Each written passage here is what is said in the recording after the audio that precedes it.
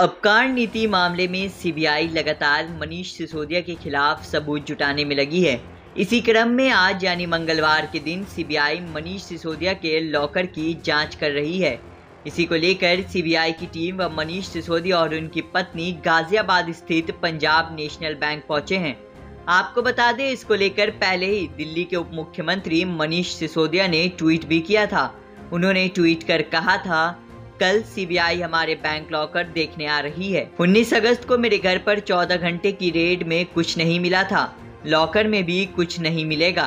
आगे सिसोदिया लिखते हैं, सीबीआई का स्वागत है, जांच में मेरा और मेरे परिवार का पूरा सहयोग रहेगा। वहीं दूसरी तरफ भाजपा आम आदमी पार्टी पर लगातार हमला कर रही है।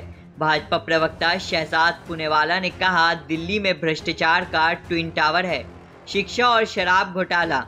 दिल्ली की जनता जानना चाहती है कि अरविंद केजरीवाल घोटाले में शामिल अपने मंत्रियों का इस्तीफा कब मांगेंगे। आगे उन्होंने क्या कुछ कहा, जरा सुनिए।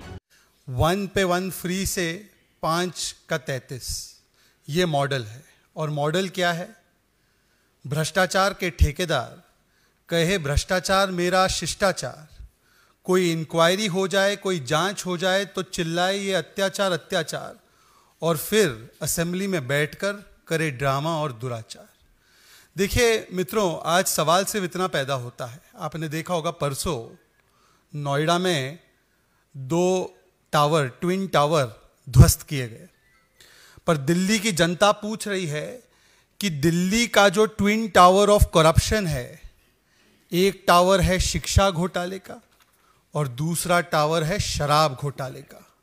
और इस दोनों टावर का जो बिल्डर है मनीष सिसोदिया। देखिए कितनी विडंबना की बात है कि दुनिया में एक लौता ऐसा केस होगा जहां पर शिक्षा मंत्रालय और शराब मंत्रालय दोनों एक ही बिल्डर, एक ही व्यक्ति के हाथ में, और इस मंत्री ने दोनों ही tower of corruption, twin tower of corruption खड़ी कर दी। एक शराब घोटाले की टावर ऑफ करप्शन, दूसरी शिक्षा घोटाले की टावर ऑफ करप्शन। और जनता पूछ रही है कि केजरीवाल जी, ऐसी क्या मजबूरी है आपकी कि ये 2 twin tower of corruption of Delhi के ट्विन टावर ऑफ करप्शन को ध्वस्त करने में या कम से कम उनका इस्तीफा लेने में आप इतना कतरा क्यों रहे?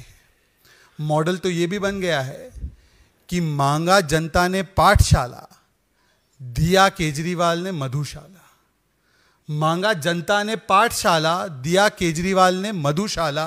और अब जब हम सवाल पूछते हैं कि इस मधुशाला में जिस प्रकार से हुआ घोटाला, तो अब ये जवाब देने के बदले कभी न्यूयॉर्क टाइम्स पर चले जाते हैं, कभी एलजी पर चले जाते हैं, कभी गुजरात चले जाते हैं, कभी 2024 चले जाते हैं, कभी असेंबली में पहुंच जाते हैं। असेंबली में किसी भी बहुमत टेस्ट की ज़रूरत नहीं है। जनता जो है वो करप्शन का टेस्ट चाहती है, कॉन्फिडेंस का टेस्ट नहीं चाहती। आपको बता दें, बीते 19 अगस्त को सीबीआई ने मनीष सिसोदिया के आवास पर छापेमारी की थी। यह छापेमारी कई घंटे तक चली थी। इस पूरे मामले को लेकर देश की राजधानी में सियासी पारा हाई हो चुका है। अब देखने वाली बात होगी कि सीबीआई को लॉकर के जरिए क्या कोई सबूत हाथ लगता है या नहीं।